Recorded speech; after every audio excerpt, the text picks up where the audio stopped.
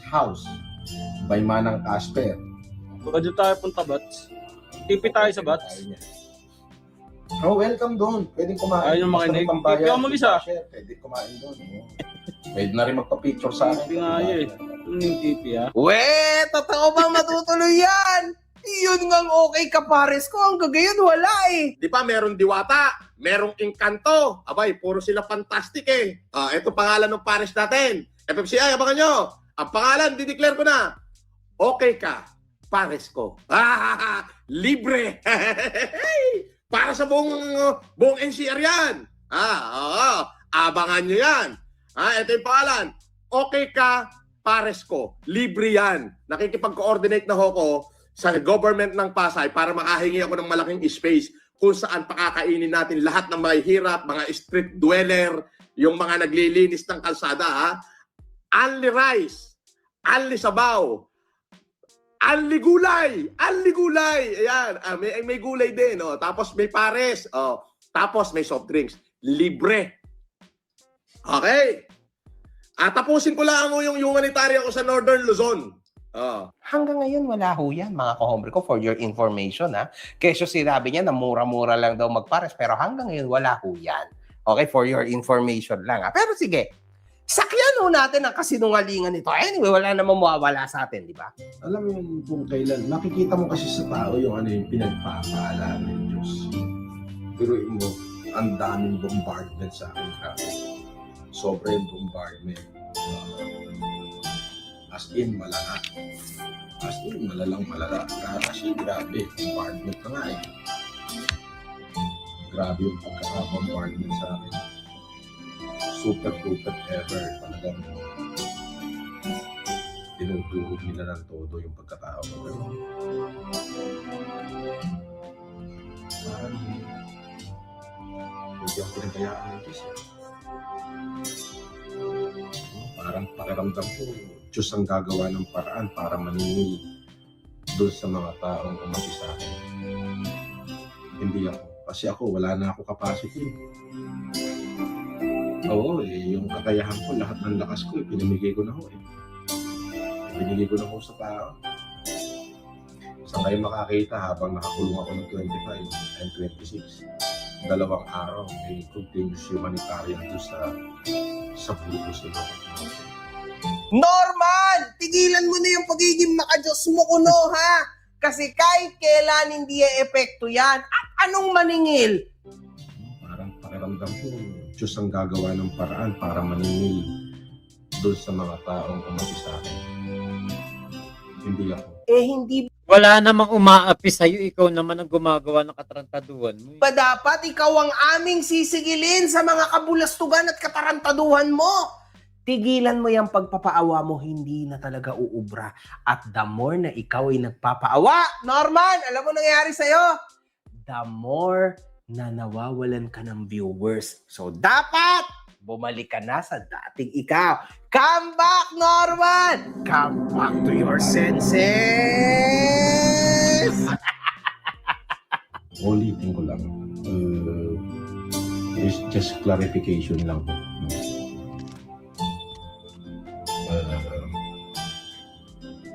Hindi po ako nagsampa ng kaso sa lahat ng mga pulis. Yung mga pulis na kasama sa pamamahiya sa akin. Hindi po sila kinasuhan. Yun lang. Wala ako ni isang pulis akong kinasuhan. Wala po. Yun lang. Hanggang lang ako. At dito, malaking kabalbalan na naman ang sinabi niya kasi mga kahombre ko, siya ho ay nagkaso. Kinasuhan niya si Commissioner Kalinisan. At Norman, ano naman may ikakaso mo sa mga pulis? Malamang wala ka naman talagang ikakaso kasi ginawa lang nila ang trabaho nila. Hulihin ka through a warrant of arrest. So, kung sa tingin mo pinagtulungan ka, malaking kabalbalan yun.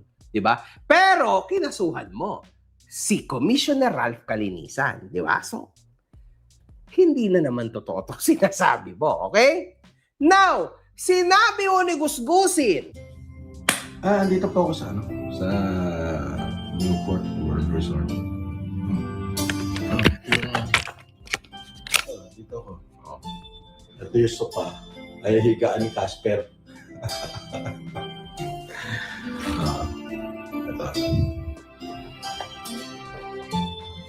Ay nahigaan ni Manang Casper yung hindi ang higaan ko. Yan. Asa mo ba sila? Kumakain. Meron kasi tournament. Tinatamad akong magsumali. May pinto pa rito sa kabila. Ayun. Kaya, may pinto pa dyan. Tapos ito naman yung kama ko. Oh. Ito yung CR. Ito yung sofa. Ito pala yung ano.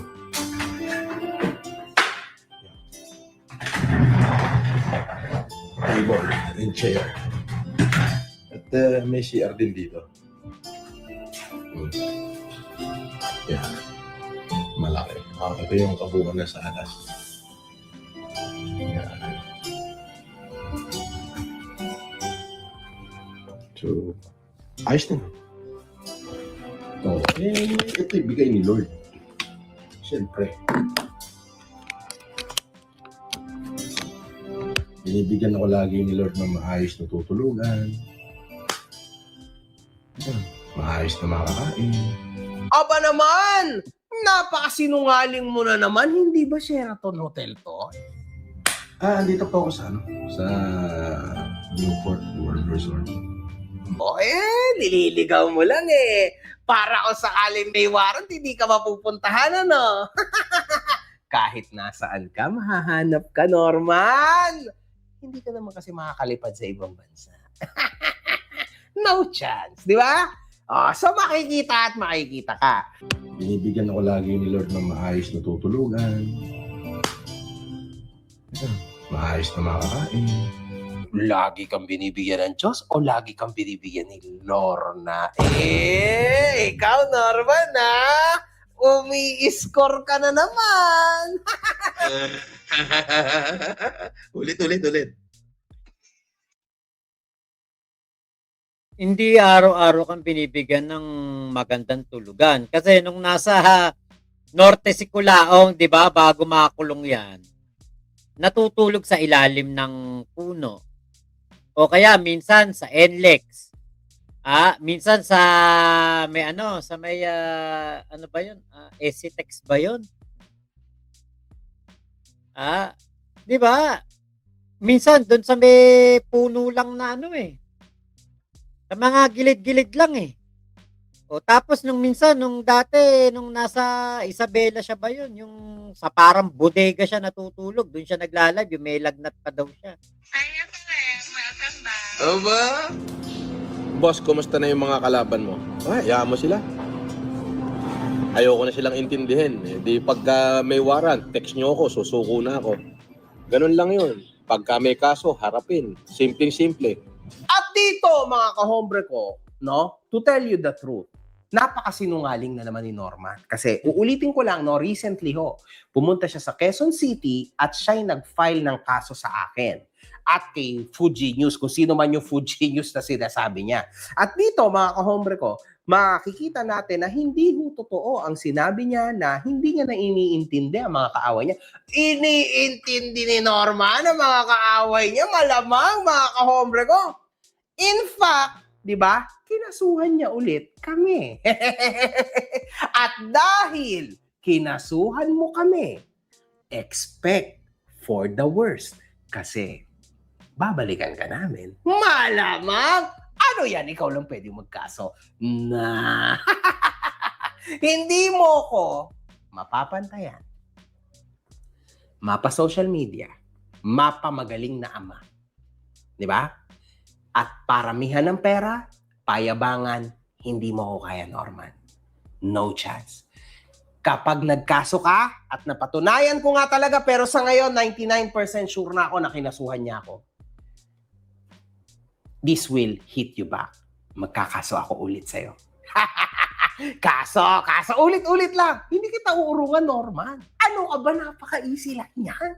Di pagka may warrant, text nyo ako, susuko na ako. O, kita mo, si Kulaong. Kapag may warrant, text nyo ako, susuko na ako. ganun ka ba ka-espesyal sa PNP, CIDG o sa NBI o kung sino man ang huhuli sa'yo? Ha? Obligasyon ba nila yon na i-chat ka? Hindi. Huhulihin ka. Sa ayaw at sa gusto mo, kung saan kang lugar man naroon. Hindi ka i-chat ng mga yan. Anong style ka pa na i-chat ka, susuko ka? Kapag ikaw chinat, magtatago ka na.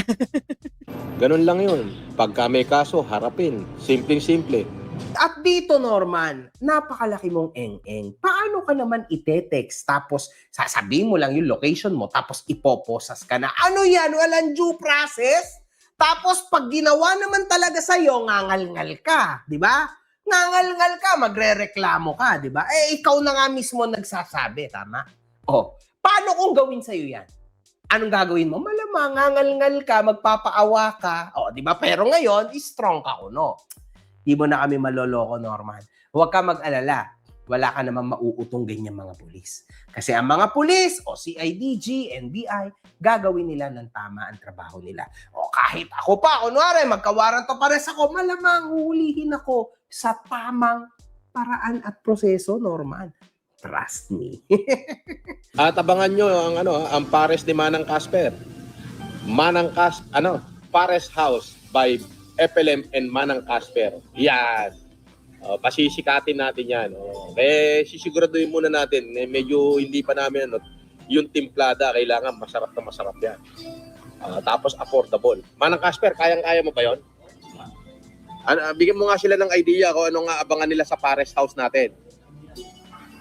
Parang na natin, ito na lang yung pinaka-idea.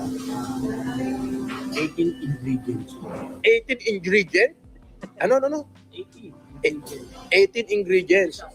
Isasahog mo. Super sarap. O yun. Ayan. Narinig nyo naman yung sinabi ni Manang Casper. Yun daw kanyang pares. 18 ingredients yung isasahog. Abangan nyo po yan. Magbubukas po yan. Secret. Para maganda. Secret muna natin kung saan. At dito, mga kahombre ko, ating napakinggan na mukhang meron daw na 18 ingredients, mga kahombre ko, ang pares ni Manang Casper, produced by Norman Gusgusin himself. Aba, 18 ingredients, mga kahombre ko, ibig sabihin nun, makakatikim ho tayo ng 18 kabulastugan kay Casper, mga kahombre ko. Paano ka naman?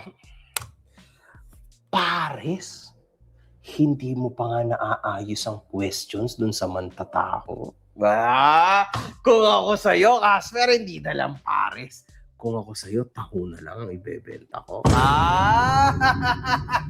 At dito, mga kahombre ko, huwag mo nating kalimutan na ang unang kabalbalan na sinabi ni Norman Manghusin, mga kahombre ko, nitong siya'y nakalaya na, no? Kesyo, Partner po ako dyan.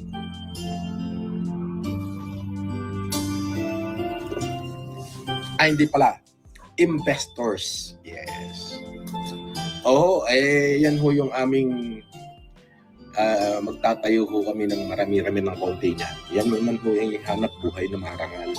that case, siya ay investor. Ngayon, mga kahombre ko, siya ay negosyante na kasi magtatayo na siya ng paresan. Wow!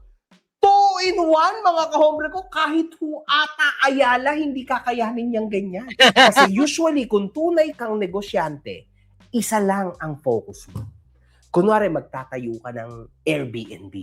Airbnb lang, hindi mo na dadagdagan ng taho business. Di ba, Casper? Hindi na yan, mga kahombre ko, kasi isa lang. Isa-isa. Ngayon, pag naayos mo na Airbnb mo, saka ka maglalagay ng tahuan. Di ba, Casper? Hindi ako naniniwala na kayang pagsabay-sabay ni Casper yan. Lalo na si Casper, wala namang utak yan, mga kahombre ko. So, no chance. Hindi niya ho kaya yan, mga kahombre ko. Lugaw yan. Anyway. Mura lang naman ho ang kapital dito sa Parisan. So, wala pa 100,000 kapital dyan. Kaya maitatayo ho natin yan. Mura lang daw ho ang kapital sa paresang itatayo niya at wala pa raw itong 100K. Wala. Eto nagtayo kami ng tindahan ni Joy. Nagtayo kami ng tindahan. Sari-sari store. Sari-sari store lang Nagpagawa kami ng maliit na pwesto. Tabing kalsada. Ang nagastos namin, yung napamili namin, unang ito hindi pa kasama yung paggawa ng pwesto. Unang pamili namin sa Pure Gold. Kasi meron akong card ng Pure Gold na na yung member ba. Ngayon, unang bili ko pa lang unang bili. Ang parang nagastos namin doon sa pinamili namin, parang mga 40, mga ganun. Mga nasa 40. Punong-puno yung sasakyan namin. Tapos meron pa kaming sinakay sa isa pang sasakyan para lang maiuwi yung pinamili namin. Kasi parang kami parang na-underestimate namin. Parang sabi ko, kasya yan. Yung pala hindi kasya. Nasa 40K. Tapos, sari-sari store lang yun Yung pinagpagawa namin ng pwesto, na maliit na pwesto, yung pwesto mismo, nagastos namin, nasa 30K. Tapos, 3 yung gumagawa, 1 linggo nila ginawa, yung isa 700 ang bayad sa kanya, kasi siya yung parang foreman. Tapos yung 2 kasama niya, 500. 1 linggo nila ginawa as in 7 days. Hindi ko na kung eto parang kung sa 2 parang 7,000. Tapos dun sa isa pagpalagay mo lang 4,900 o di 12K. Tapos yung mga materyales nasa 30K. Pero kulang pa yun yung nasa 30K na yun, nagkulang pa yun, meron pa kami ulit mga binili. Nasa na yun, mga 80. 80K na. Tapos dahil wala kaming istante, nagpagawa pa kami ng istante. 2. Tapos wala kaming harang, meron kaming binili mga lona. Nasa 100,000.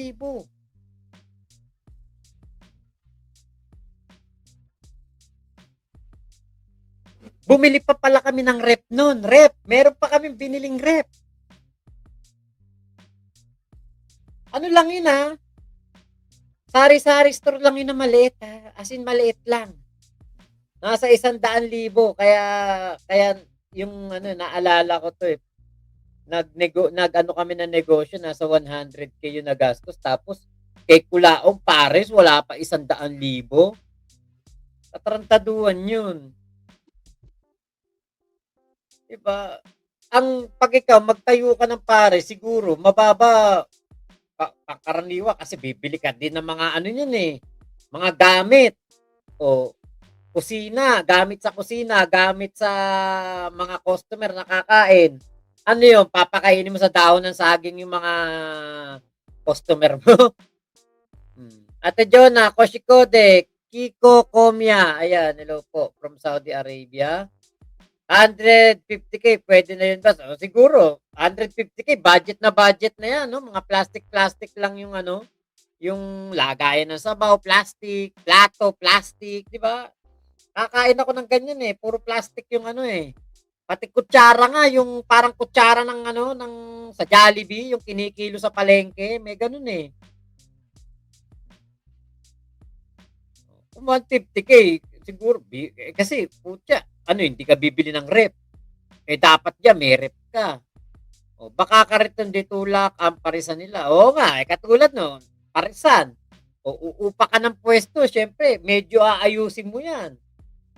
Sa 150K na yan, hindi ka makakabili TV niyan, saka sound system. Tapos yung dingding mo, kung ano lang yung dumating ka, nung nadatnan mo, kung ano yung luma na pentura, yun na lang din, hindi na i-renovate. Hindi na ipapagandahin. Kaya parang hindi ka panipaniwala yung sinasabi ni Kulaong. AFB, ibig sabihin po ba nito, madali lang mawala yung ban nila kapag may nag-sponsor sa kanya? Baka po. Mac, akala ko po ba banned siya sa Newport or sa Sheraton Hotel dahil sa ginawa niya sa mga room nila? Naban siya doon kasi parang may utang siya. Yun ang totoo. Naban siya doon dahil sa utang. Pero pag nakabayad ka na ng utang, pwede ka na ulit pumasok. Jojo, asa na yung mga general na pinagyayabang niya na bata niya daw? Wala. Galit nga yata na din sa kanya. Ruth Ian, Lagmay, ayan, oras-oras, minu-minuto, kulaong. Okay, pag-ubos ng palipad, balik Alex na naman yan. Ako'y kargado, masaya talagang mahuli ka ulit, Norman. Ay, naku, totoo yan. Tournament ni Kulaong, kumain ng libre. Ay, naku. Tindahan lang yung 150k. Ayun nga. Tindahan nga lang. 120k nga ng pili, napat na araw mo eh. 100k pa kaya? Onggoy! Unggoy yan. Tingnan nyo mga kahombre ko, ha? Pakinggan nyo na tong sinabi niya na to ngayon. Na gustong kumain, na walang pera, pakainin natin ng libre. Yun lang pwede nating maitulong sa lipunan. Pakainin natin ng libre. Ang sabi niya ho, to be clear, no? Kung may kakain daw sa parisan nila na walang pera, papakainin daw nila ng libre. Di ibig sabihin, hindi yung negosyante ang mga to. Ibig sabihin, papalpak ang negosyo. Ngayon, yung puhunan mo, papaano babalik kung magpapakain ka ng mahihirap? Di ibig sabihin nun, hindi ito negosyo. Ibig sabihin, charity work to. Ibig sabihin, hindi mo to pagkakakitaan. Ibig sabihin, onggoy ka! Ano yan? Donasyon, ha? May magdodonasyon. Ay, nako mga kahobre ko. Ano ba naman yan? Tapos dito, nangako pa siya na ibababa daw nila ang presyo ng gasolina. Pipilitin ho natin na mapababa ang kahit sa atin man lang. Baka kaya nating medyo maibaba ng konti ang presyo ng gasolina para sa mga Ano ka? Makapangyarihan ka pa sa kapatid mo na si BBM? Napakatindi talaga ni Norman, mga kahobre ko. Yung mga ano niya, alibay niya, yung kanyang mga dreams, ang naiisip niya, nagiging parang realidad ho, yung kanyang mga delusions, yung kanyang mga imaginations, mga kahombre ko, ay parang out of this world. Kumbaga, kung sa England, mga kahombre ko, sinasabi nila, this guy is away with the fairies. Like literal, mga kahombre ko, yung mga fairies po, yung mga kasama niya, mga kahombre ko, napakaraming Tinkerbell na kasama ng tao na ito, mga kahombre ko. Sabi ko, nung February 24, nung sinasagupa ako yung kahihiyan sa buong Pilipinas, habang siya'y sinasagupa ako, sabi ko, Panginoon, bahala ka na.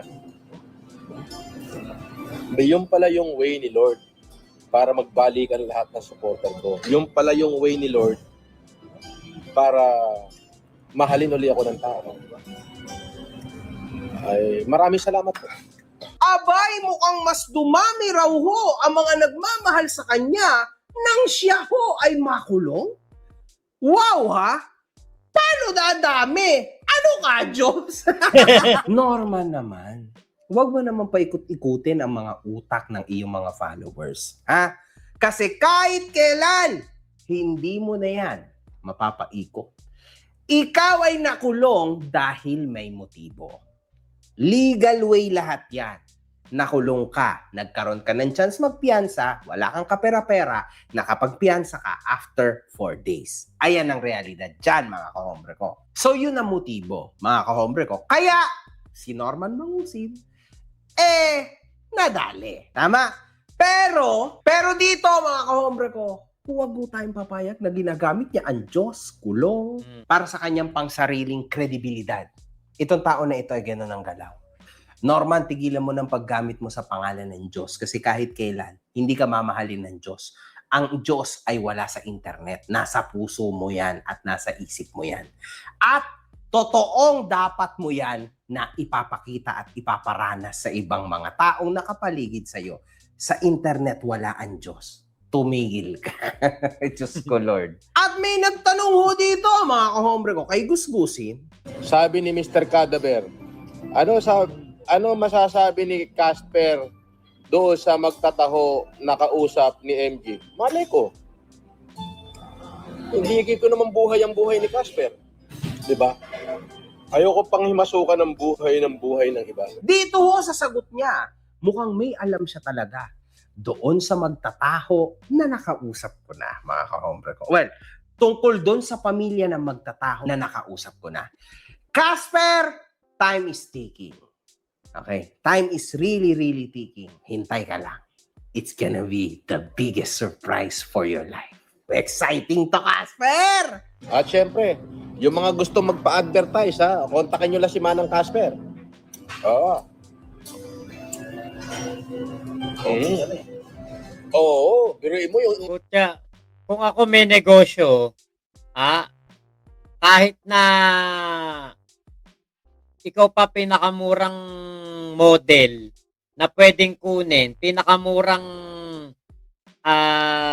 magpo-promote ng aking negosyo, hindi kita kukunin kulaong. Nako, lahat na madikit sa'yo, minamalas eh. Yung in-advertise ko na yung si Taragis, no? 9 million views, grabe, no? 24 hours sa 7 million views. Hindi yun magre-reflect sa kita ng tindahan, ha? Sa ano lang yun, sa views lang yun sa SOCMED. Pero kung ikaw ay effective na promoter ng negosyo, marami dapat bibili sa Taragis. Tingin ko, hindi naman siguro nadagdagan yung mamimili doon. At saka yung 9 million views ng Taragis Takoyaki mo, Norman, malamang kasi binastos-bastos ka, kaya yan naging 9 million views. Tapos, lalo pa yan lumago dahil nakulong ka at nag-trending ka.